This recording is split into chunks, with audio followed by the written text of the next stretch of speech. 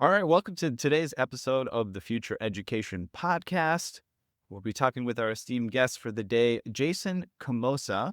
He is a Chicago-based entrepreneur and community builder, known for helping tech founders and leaders connect to purpose, direction, and grounded identity.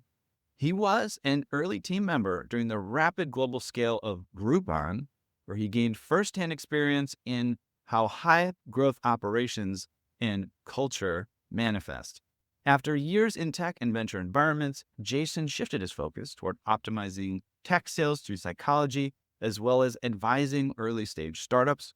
He works where personal development meets entrepreneurship, helping leaders build healthy profits through healthy people and organizations. Jason, welcome to the Future Education Podcast.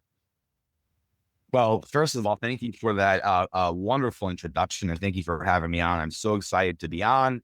The viewers don't know, but you and I met a couple weeks ago, and we immediately hit it off energetically. We are like-minded, and I'm so stoked to have this conversation with you, man.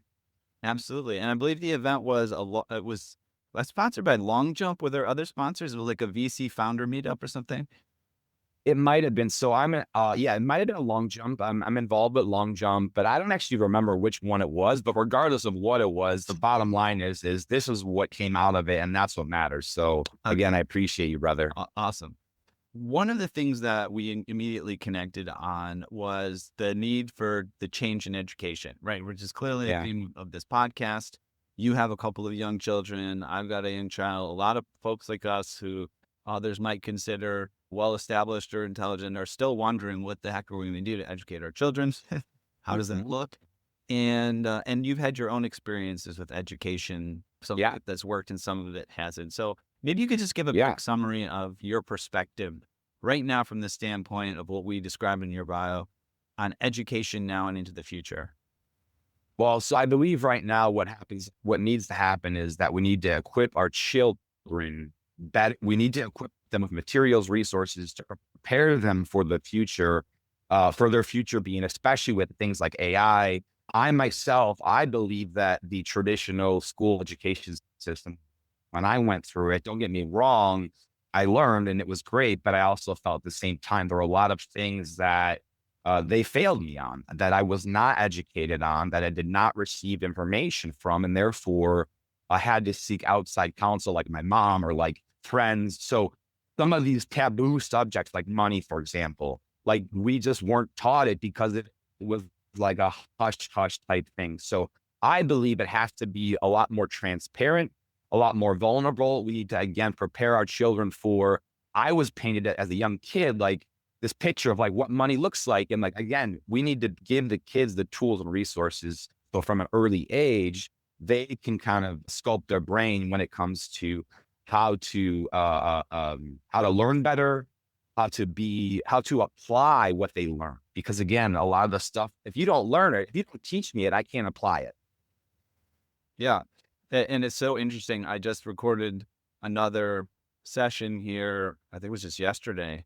And this topic came up of financial literacy and how glaringly absent it is from K through 12 all the way through the graduating graduates. Yeah. I mean, there's nothing there for the most part, Right. unless you're in a business school, I suppose. But maybe even in a business school, Correct. you might not get the nuts and bolts, right? Exactly. Yeah. And I mean, I think I mentioned this to you, but like I vividly remember in my high school economics class, which is maybe sophomore, junior year, this is like early 2000s. We had like 1 or 2 days topics on how to write a check and like balance a checkbook. And that was it. There was nothing about taxes or W-2s or 1099s or 401ks. It was just like, this is what the state mandates. So this is what we're going to give you. And then that's that. So again, it was very underwhelming. And as I mentioned a minute ago, and I don't know about you or the viewers or listeners, but a lot of people that I find my age, I'm 41, most of the financial literacy they received was from, again, their mom, their dad, or their grandpa or whoever, not in a formalized kind of education classroom like art or science, which I believe it should be. I I think I'm very passionate about this topic, and maybe we'll come back to it in a minute because I want to shift a little bit just more to your general educational journey. Because Right. you did things the traditional route. You ended up, I think, at U of C, University of Chicago. Was it business school or? So the story is, and this is the story is I graduated with a degree in industrial organizational psychology and marketing from DePaul undergrad. My Okay. plan was to go to the University of Chicago to get a doctorate in psychology. Okay.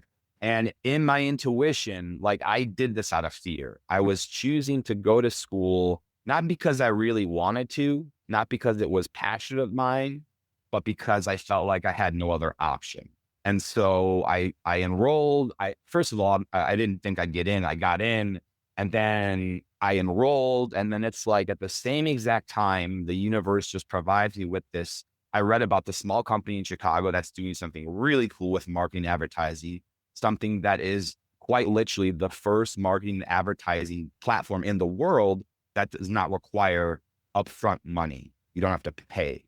So that to me was like a moment of, I was like, I'm going to drop out. And the reason I'm going to leave is because in my mind, I'm thinking the worst case scenario, this doesn't work out. This startup doesn't work out.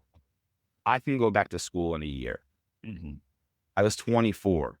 So I dropped out, right? Or I left the school and like people are like, well, again, this is 2008, 2009. So there wasn't no tech. The only tech here was Grubhub. So people are like, what are you doing? You're leaving like this prestigious school to go to this small startup. And then 4 years later, we IPO'd for $16 billion. So the idea is like trusting my intuition, I think that was one of the most critical moments in my life where it's like the logical brain is saying, do this, get your doctorate, do what the safe plan is. But my intuition says, Jason, you got to do this. If you don't do this, you're going to regret it. Even if it fails, like that's how powerful and of a pull it was. If it fails, great. I gave it a shot. I can come back to school.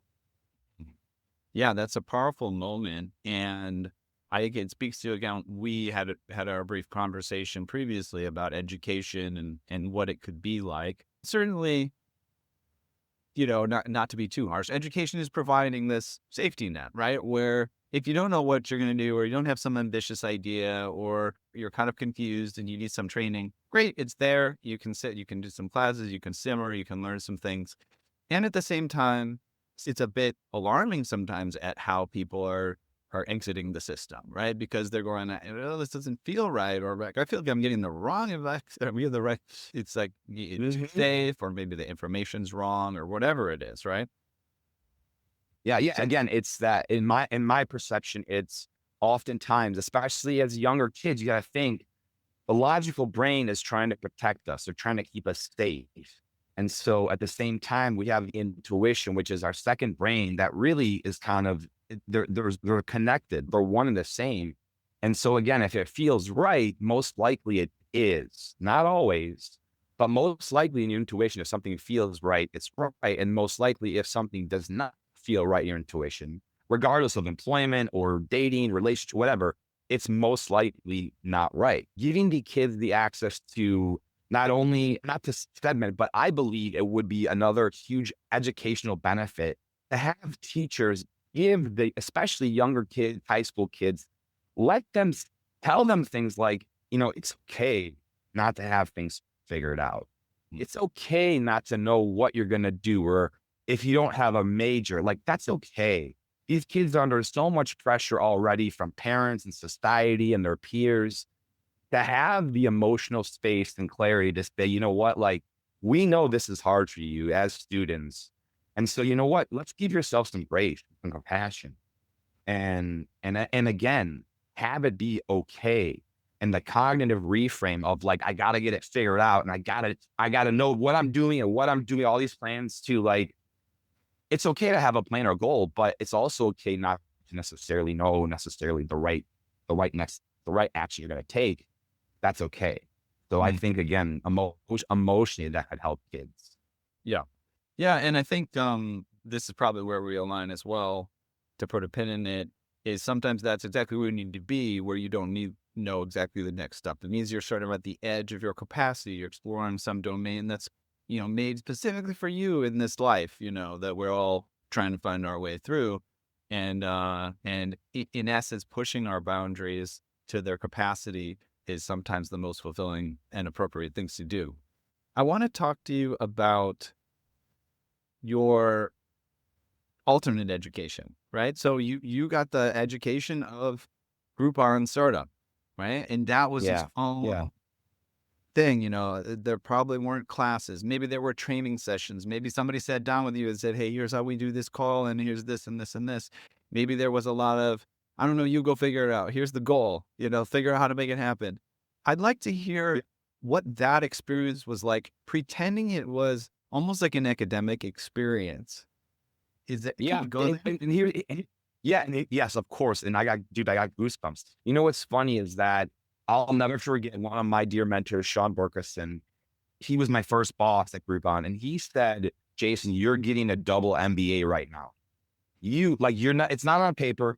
You're not going to get a degree, but what you are doing in this current ecosystem, I was like the 70 something employee. So when I started, I was 70 something. And when I left, it was 15,000. So the idea of just having Sean as an asset and a resource and basically just saying, figure it out. Like, it was literally, you're the CEO. So so basically the way that Groupon first started was you had cities, you were assigned a city, and your job was to basically be the CEO of that city. You have to sign the deals. You have to figure out when they're going to run. What are the deal terms? We went from when we got hired, like we were doing all these things as individuals. When I left, like you would have 7 or 8 different departments doing what we were doing as one person. So it was a true entrepreneur, figure it out. Go, here's the base, go figure it out. We're going to help you, but you got to make it work. And so it was very empowering because I was given essentially a business to run without again, unknowingly, I was given a business to start. Here's a business I need you to start. It was funded through Groupon, but my business was building the Midwest market.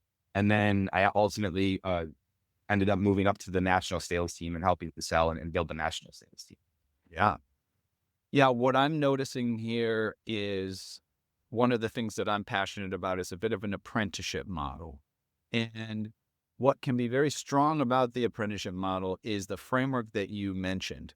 You're on your own, but you're not on your own. We're here to help. We're the ones telling you to be on your own. If something falls apart, okay, we're going to come in. We may not have that answer, but we're here to come in and help shape things and reframe things, right? So you felt like you were on your own, but by default, we were within a larger framework that there was always that hint of, okay, well, you're not completely on your own. Yes, 100%. And even I remember again, the early days where Sean, my first boss, when a deal wouldn't work out well, or when for whatever reason, like if we would sit down, he and I would sit down and we would just talk about it. It wasn't like, Jason, you're a fucking idiot. Why didn't this work? It was more like, hey, like, let's look at this deal. What could be improved? So again, the cognitive reframe of like negative to positive. What can we do next time to make this deal better? And so that education, and again, working with him and Darren Schwartz, which is my SVP of sales, like these guys gave us the tools and resources, but they also said, look, like we trust you enough to say, we're giving you a shot here. Go fucking make it happen. And that's where I was like, all right, challenge accepted, man. I'm in.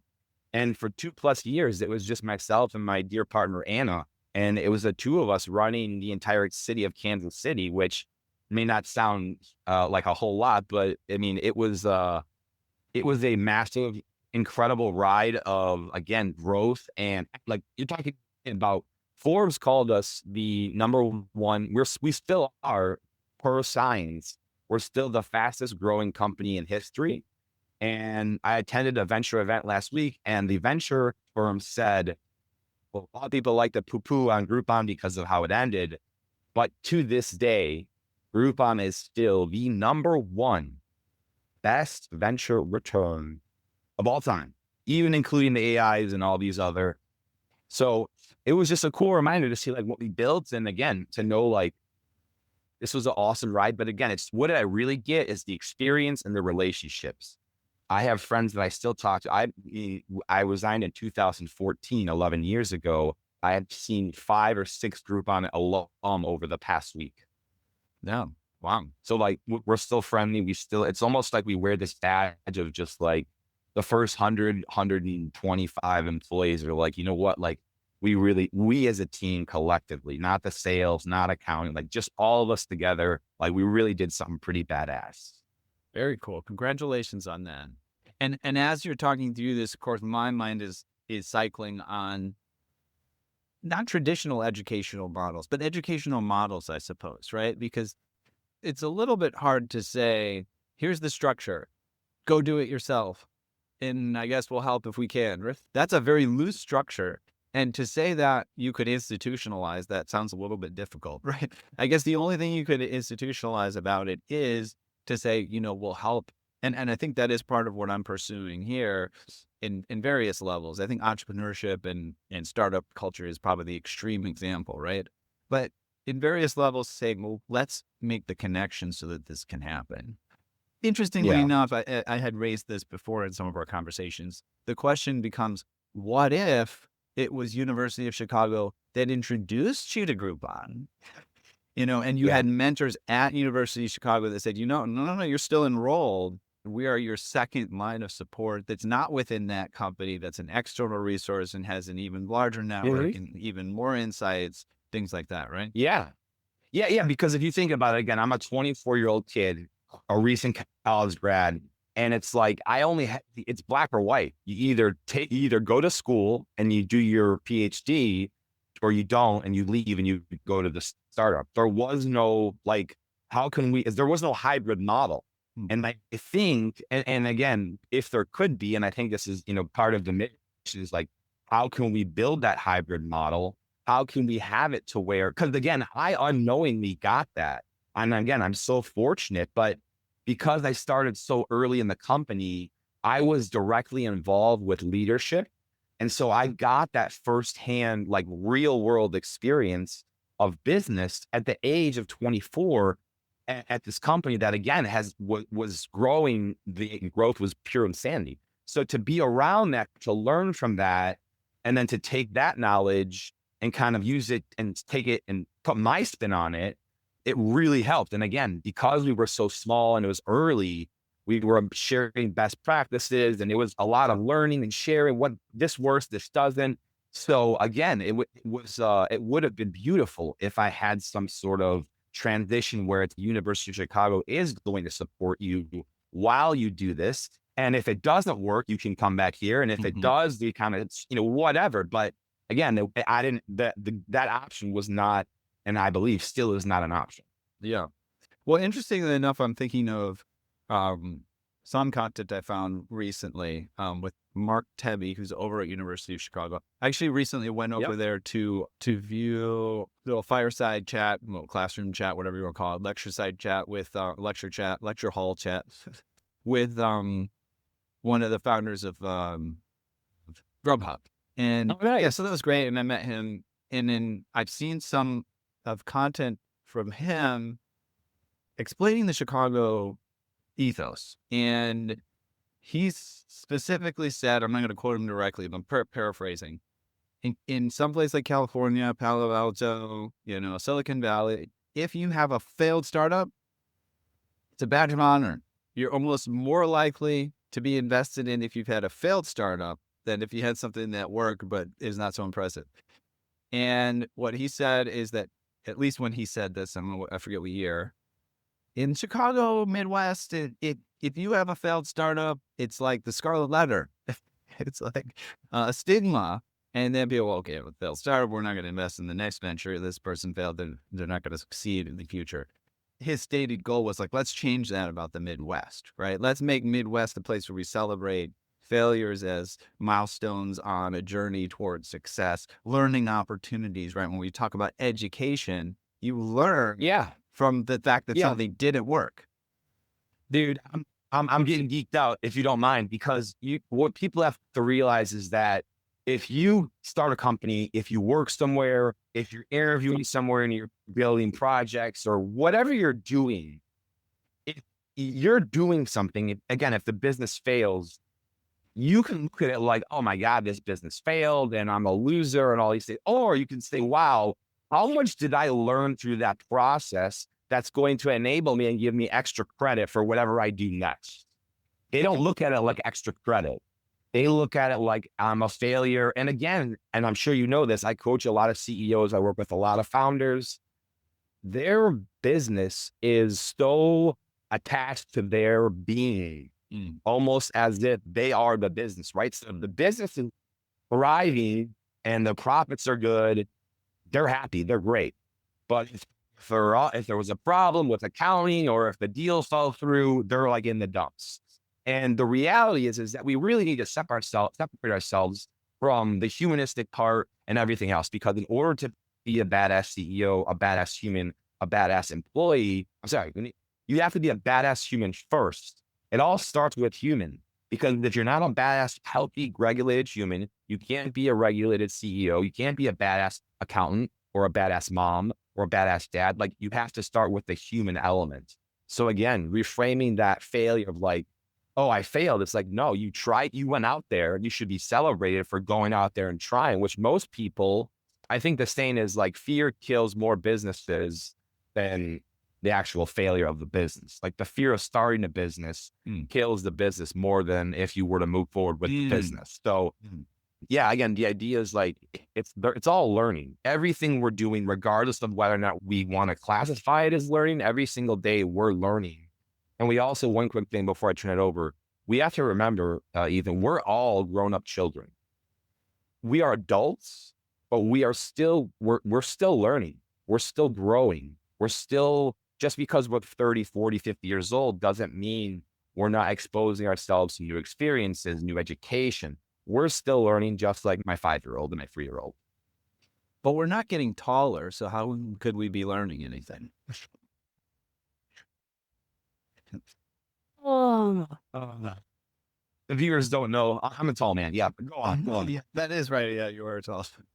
So yeah, clearly that's why you're tall. I mean, when you graduated, high school, or you left USC, I think you were what, 5'2" or something, and then all through, even today, you grew an inch last year, probably. Just keep going. Just keep going. Just keep going. That would be a great metaphor to see that. What if all of the most successful, just grown so giant, just keep getting taller and taller. Oh my goodness. But again, you notice too, just notice, and again, I love pointing this out. Notice you said the word successful. And so what does that mean? In society likes to, and this was maybe my perception, but I believe the zeitgeist of our society, people use the word success as a nice way to say money. He's really successful, or she had a really successful year.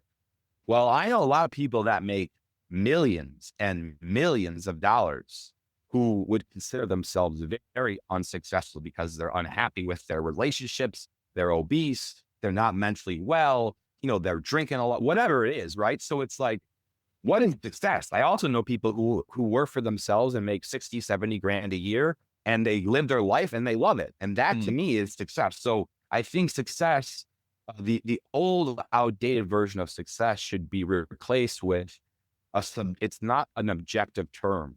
Success is subjective to what you define as success. Yeah. And it's not, go ahead. I think the term well-being keeps coming up for me. And I think when we think about training people to have a fulfilling career, a fulfilling life, to be productive in society, I think that's got to be an essential element. Whatever you're done with, whether there's a significant income there or not, is it enough income to keep you healthy and well and feeling like you have well-being? And we don't, and I think there's a little bit of a conundrum to solve, but I think it's addressable, is how do you balance having a feeling of well-being and pushing an edge, right? Because sometimes pushing an edge feels like, hey, this is uncomfortable. I don't know if I would describe this as well-being. The first thing that comes in my heart, and this is something that my dear coach Michael taught me, was oftentimes fear is a reverse indicator.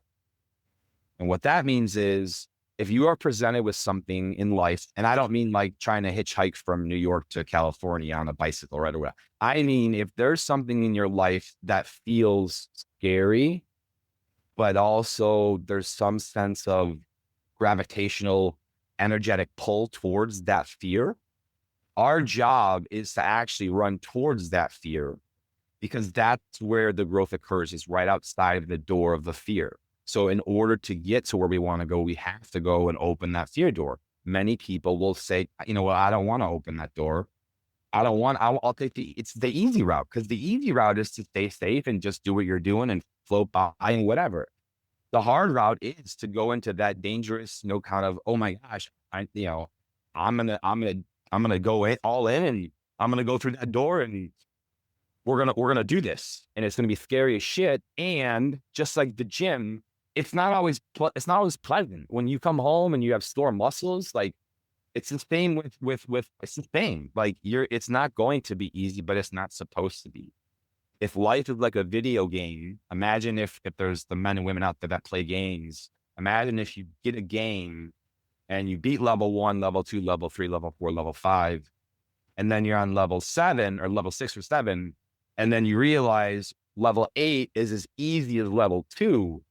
You're going to go, this game fucking sucks. I want to be challenged. I want to have it. I want it to be hard. Like I beat the last level, which prepared me for this level. Why? So again, it's like we're constantly leveling up in life, whether it's business, relationships, again, you name it. There's constant level upgrading throughout our entire lives. Yes.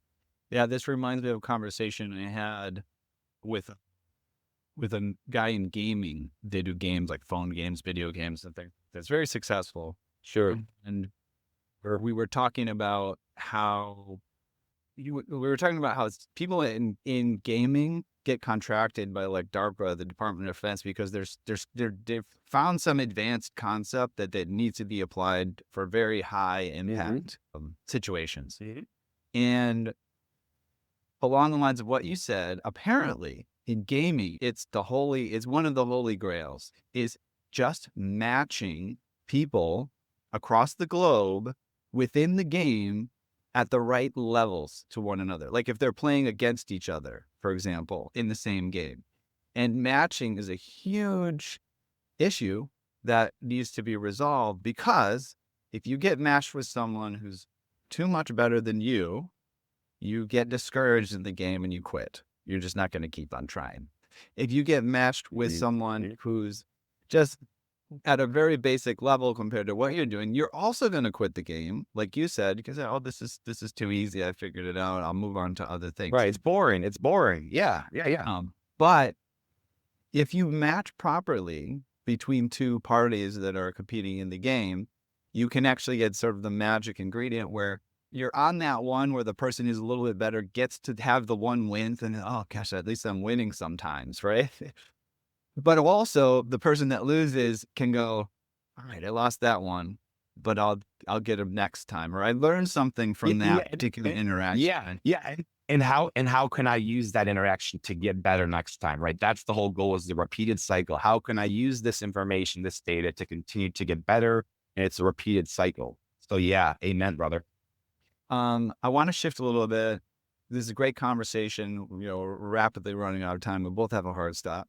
So I want to cover a little bit just about the Chicago founder culture, early stage VC environment. At some point or another, either during or after Groupon, you got involved in this. And I want to kind of see like what you're seeing, why you got involved, what's manifested. Yeah. So the first reason I got involved, my first angel investment was actually in ed tech, was a company called Packback. And at that time, they were trying to digitize college textbooks. And the reason I invested in that company is because I myself felt the same pain in 2003 or 2004, whatever, where you would go buy a textbook for $250 and then you would sell it back 10 weeks later for $50. So that was my first angel check. And again, I believed in not only for me, it's two people, it's two things. It's the product, but more importantly, the person, because there are a lot of businesses out there that have awesome profits and awesome revenues, and they don't have good leaders, healthy leaders. And so to me, Mike was the CEO at the time. I met Mike and like, I was like, this feels right. And so then I started just writing small checks to businesses that I believed, again, I'm not looking to me personally, like, would it be nice to get some sort of money? Sure. But like, I'm not necessarily investing in B2B AI SaaS software. I'm investing in products and services that I believe are going to help people's lives, like from a humanistic standpoint. So ed tech a lot. I actually did my first CPG deal with Evergreen Waffles, which is like a frozen waffle. They're in every Whole Foods. Again, healthier food for kids. So things that are passionate to me, those are the things I like to invest in. Even one of my last investments was you know how like when you have your laptop, there's the Apple has it where if you trip, the cord just kind of flips out, Yeah, like the you don't magnetic. trip on the cord. Right. So this company called TEGO, it adapts to any wall adapter and essentially turns any wall adapter and any plug into an Apple so no one can trip, no one can fall.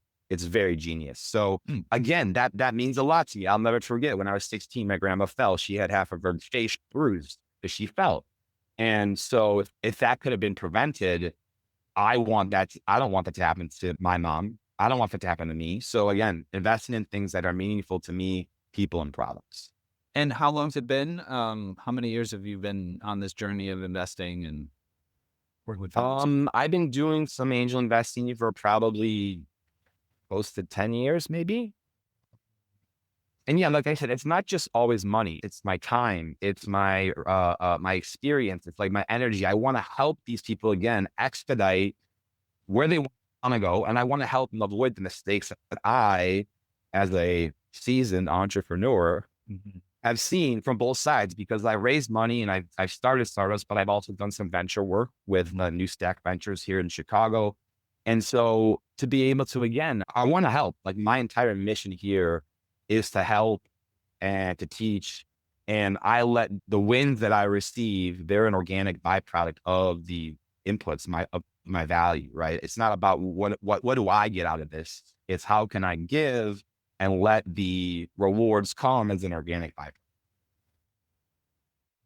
byproduct. Just a little bit more perspective before we jump off of that topic on the Chicago scene in particular. I know some of the things you invest Yeah. in are outside of Chicago, but maybe the opportunities came Mhm. through a group in Chicago. Does it? Um, Mhm.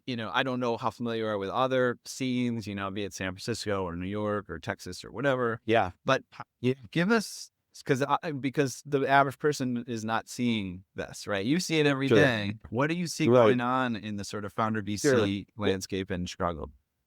so one is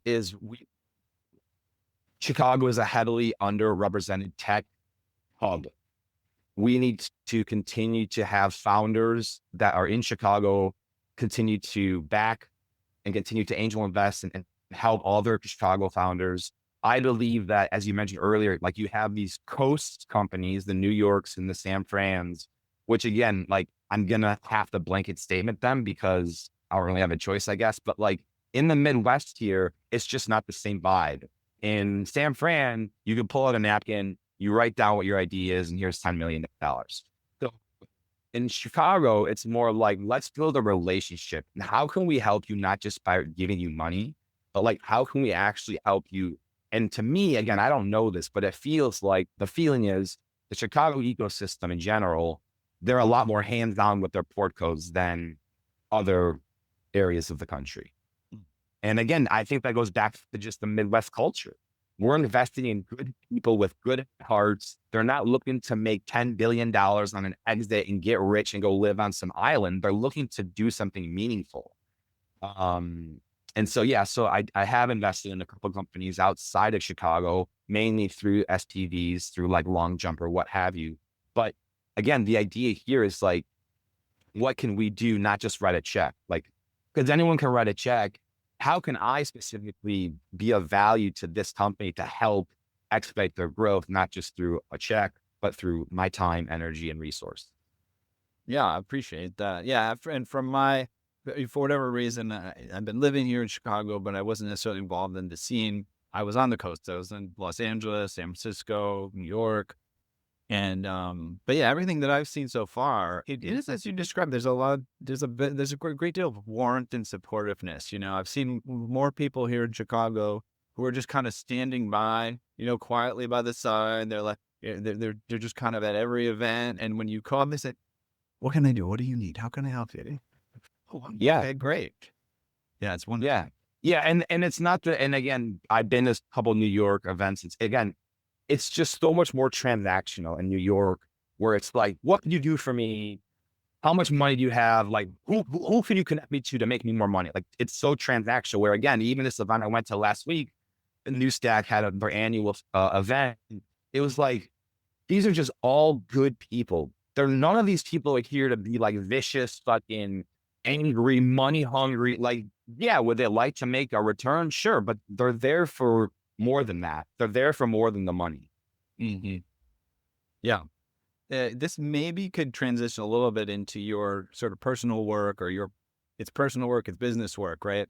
And Yeah. I have other friends too, not many, right? It's a very special area that kind of have this thesis of, it's not business versus pleasure, it's, hey, I want to do business with people I like to do business with. I want to build these relationships with a person that I'm doing professional work with in the same way that I might build a relationship with a family member, right? Or a good friend. Yeah.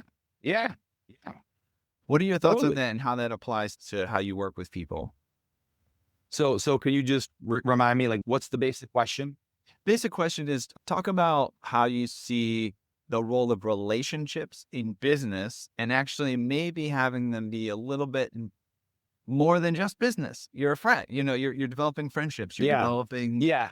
Yeah. And this is again something to me that's not common on the coast. Like all the people, every single person, every single company that I've advised or I've invested in or worked with, they're what I would call in my circle. And what that means is just because you hired me 7 years ago as a consultant, if you need to call me or want to call me because you have a question, I'm here for you. It's not, again, it's not transactional. It is relationship.